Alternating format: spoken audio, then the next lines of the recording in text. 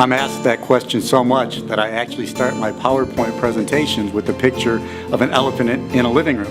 And I ask the audience, who's the elephant in this room? And some brave soul will finally say, well, it's you, because what's a white guy doing writing about the black church? I go on to explain that by God's grace, He put into my very blood, my DNA, a passion for multicultural ministry. I grew up in Gary, Indiana, in the day and age where it was one of the most integrated cities in the country.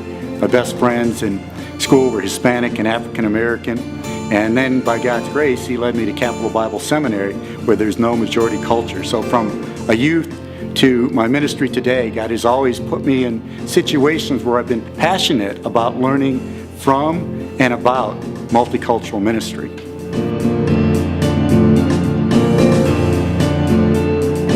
Well, that's a great question, and you certainly might assume that in a book like Beyond the Suffering. I like to think of the book as a gift to and a gift from. It's a gift to African Americans because it validates the tremendous buried treasure of one another ministry that we see in black church history. As a gift from African Americans, it teaches people of all ethnicities how to bring God's healing hope to hurting people.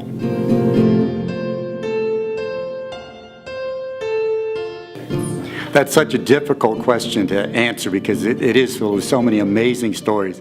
Forced to choose one, I think I would choose Maria Stewart. She had 4 things going against her. She was black in a day and age where that was disrespected. She was a female in a day and age where that was disrespected.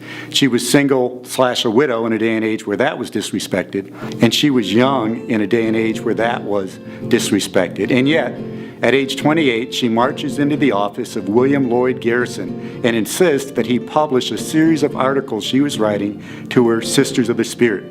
In the articles, she encouraged them that they were created in the image of God, that God had given her Sisters of the Spirit great powers of reasoning and intellect, and that God had given them dominion. No one in 1831 was communicating that message to young black women, but Maria Stewart did, and she is my hero.